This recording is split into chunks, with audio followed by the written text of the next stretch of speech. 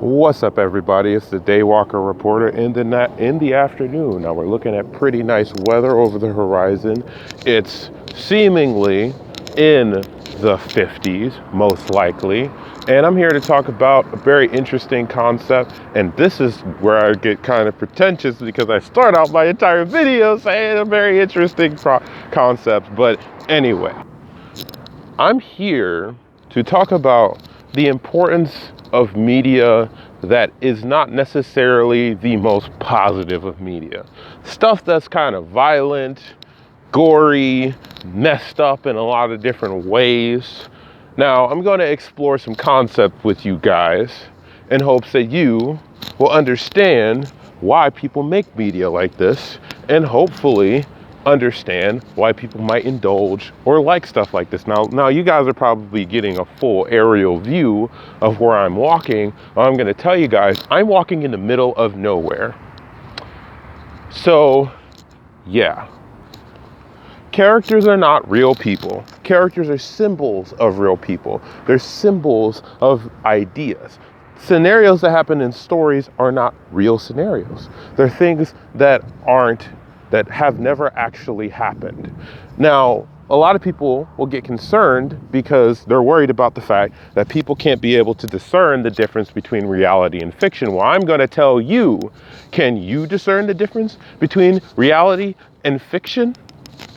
If you can't, then there are a lot of things that you should not be watching. Because if you have that, if your predilection leads you so far to where you believe that everything that you're watching is real, then that means that you need to be somewhere to manage that mental illness, okay? It's a serious mental illness. I'm not joking about mental illnesses. I'm not saying that people should condone negative acts or acts that harm people, but I'm just making it very freaking clear that you have to be able to discern between reality and fiction. Okay, with all that out the way, if you have a story that depicts violence, right? The reason why we watch stuff is not just for entertainment. We watch stuff to be able to experience things that we otherwise wouldn't because of how our current reality is. For example, I, right now, cannot hunt dragons. Dragons, as far as I'm concerned, are not real.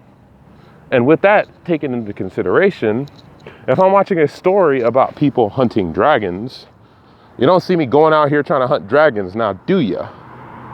And so when you have media that inevitably shows things that are dynamics and things that are messed up, the reason why it's put in there is because it's supposed to allow the audience, if the audience has the intellectual capability, which I'm pretty sure everybody can do, given the fact that people who go to school will understand certain concepts, will be able to explore things that fall outside of their personal compass of what they view as right or wrong in order to have a better understanding of how the world is. Because the simple fact that someone can imagine up a scenario or a situation is emblematic of the fact that the world is a lot more complicated than the way that you might be able to perceive.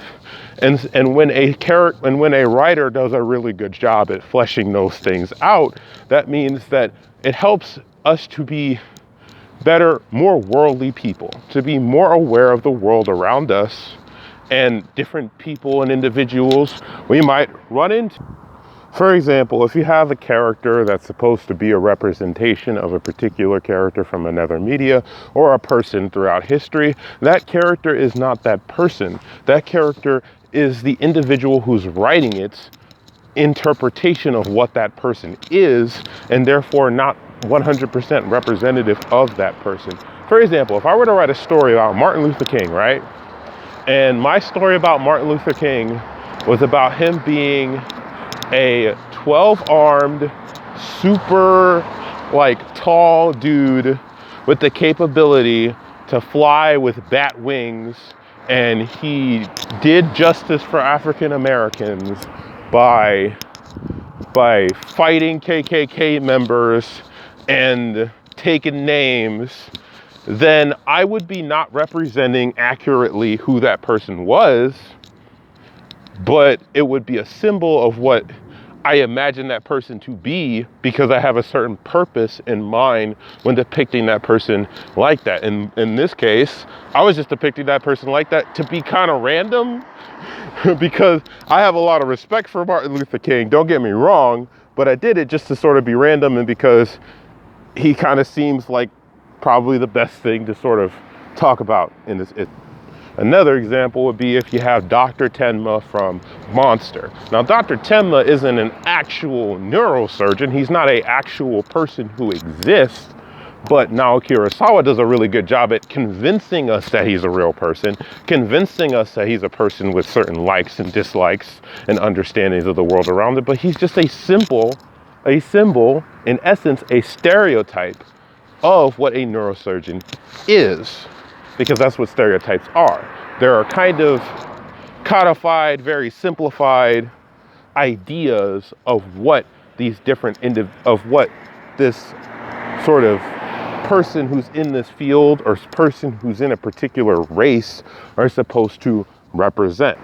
Another example, we got Bisky from Hunter x Hunter. Now, Bisky is a 57-year-old person who looks like a 12-year-old. Now, Bisky is not in any way representative of 12-year-olds or 57-year-olds, because you have like the fact that she's very interested in gold. She has a lot of knowledge about nen and fighting. She has an entire buff form that's like super macho when she's like about to fight somebody. You know, no human being on the face of this planet has those qualities. No human being has the ability to be super young at one point and then turn themselves into a super macho thing the next point and be able to freaking murk people. Like, they don't have that capability. And so basically using that knowledge and understanding, why is it bad to view media that has particularly problematic things in it, especially in the realm of animation? Now, I'm not at all condoning messed up things in media, but what I'm trying to say is that when an author does it, sometimes they do it with a purpose in mind in order to show the audience a situation or a scenario they otherwise wouldn't have never even thought about or even considered thinking about. And then by doing that, it opens an entire oeuvre of situations and conversations people can have and debates people can have over the morality of what they're watching. But that's the point. It's there to create that conversation. That's why you have a lot of people who are film critics who analyze film, who have different opinions on what the film is trying to say and different opinions on different things that happen within said films, and different understandings even on a moral level, whether or not somebody should have depicted a certain scenario or situation. It allows us to be able to have those conversations. And the good thing about it is that you could have those conversations in a safer context than you otherwise would. For example, Legend of the Galactic Heroes. You have an authoritarian dictatorship